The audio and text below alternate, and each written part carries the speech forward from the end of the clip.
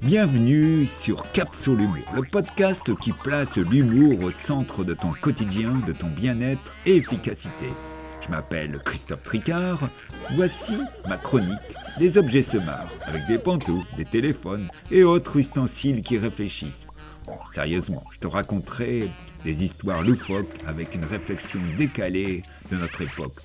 Mon objectif est de te relier à ton imaginaire, donc à ton humour. Joyeuse écoute!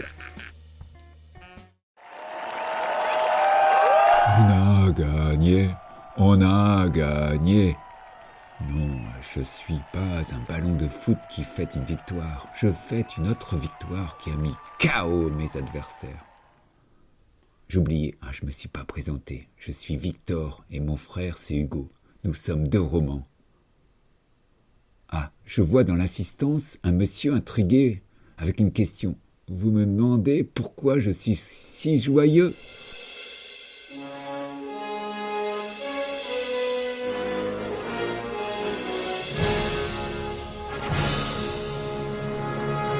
Simple.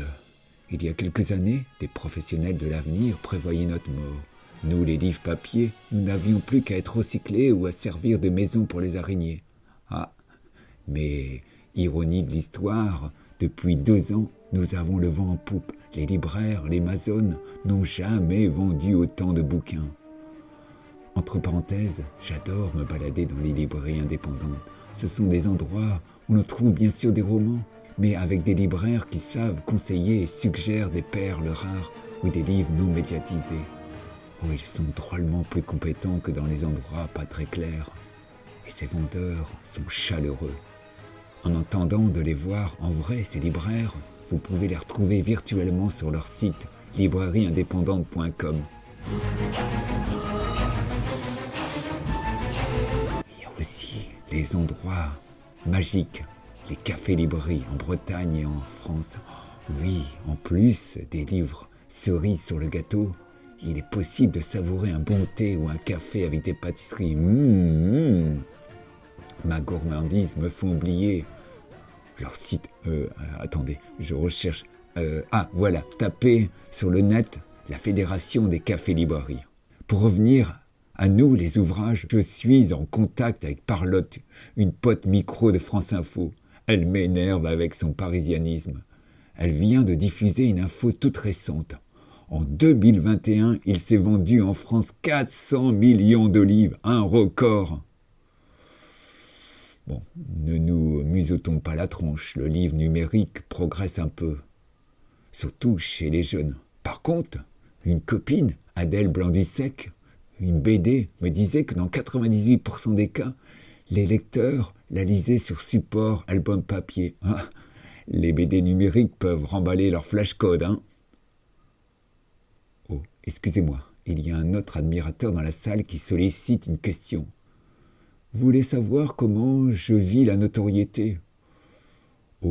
Rassurez-vous, je suis pas devenu un people. Votre humble serviteur œuvre dans une médiathèque. Mes habitués sont des gens passionnés. Par contre, seul bémol, je suis sur le rayon à côté des livres de politiciens. Je sais, je suis entouré de démagos. J'ai demandé ma mutation vers l'espace développement personnel, mais j'attends toujours un rendez-vous. Une autre question là-bas ? Pourquoi nous, les romans, plaisons-nous trop bien ? Eh bien, jeune homme, d'après des études de marketing, quel horrible mot à notre égard. Les gens aiment cette sensation unique, nous parcourir et se demander ce qu'ils vont trouver derrière. Ils adorent le livre-objet, qui sent bon le bois, les encres, le passé. 2 minutes, j'entends mon frère Hugo. Je lui laisse la parole. Ouais, nous les robots, nous avons la cote car nous permettons aux humains de se poser le soir au lit. Outre de s'évader et d'oublier leurs soucis, ils font travailler leur imagination. Merci Frangin pour cette précision. Ça me fait penser à Stephen, un pote, roman d'anticipation, qui affirme que la lecture favorise l'endormissement. Ouais, le problème est que dans les chambres, pour nous les romans, nous pouvons glisser d'un seul coup des mains est tombée dans le vide. Oh, imaginez le choc et la douleur. L'autre nuit, Agatha, ma voisine de table de chevet, est tombée sur le sol. Oh, la pauvre a souffert. Des bibliothécaires ont dû la guérir, la scotcher de tous les côtés. C'est bien simple. Aujourd'hui, la Christie a vieilli de 10 ans. Elle ressemble à un vulgaire livre de poche qui est passé entre 10 000 mains sales. C'est pour ça qu'au-delà d'une certaine heure, je préconise d'enfermer les lecteurs fatigués et de leur interdire de nous toucher. Ah, sérieusement, lisez, dévorez des bouquins, car comme l'écrit Paul Carvel, le livre t'inspire, la télévision t'aspire. Ah, c'est beau. Vous en pleurez en regardant votre smartphone.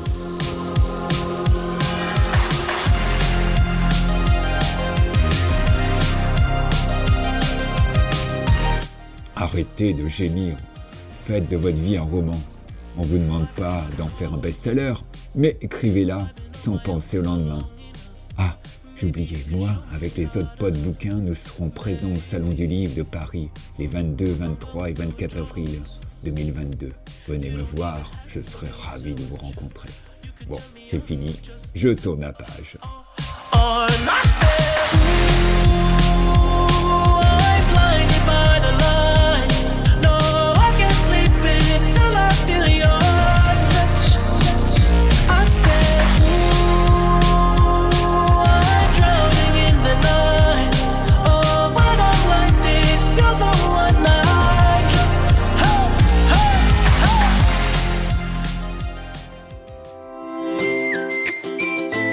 Si ma chronique t'a sérieusement fait marrer, laisse-moi un commentaire 5 étoiles sur Apple Podcast. Tu peux aussi t'abonner à ma chaîne sur Spotify. Tu es le bienvenu. Et si tu as des questions, contacte-moi sur humour-o-travail.fr. Je te donne rendez-vous tous les mardis pour découvrir un nouvel épisode des Objets Sommaires.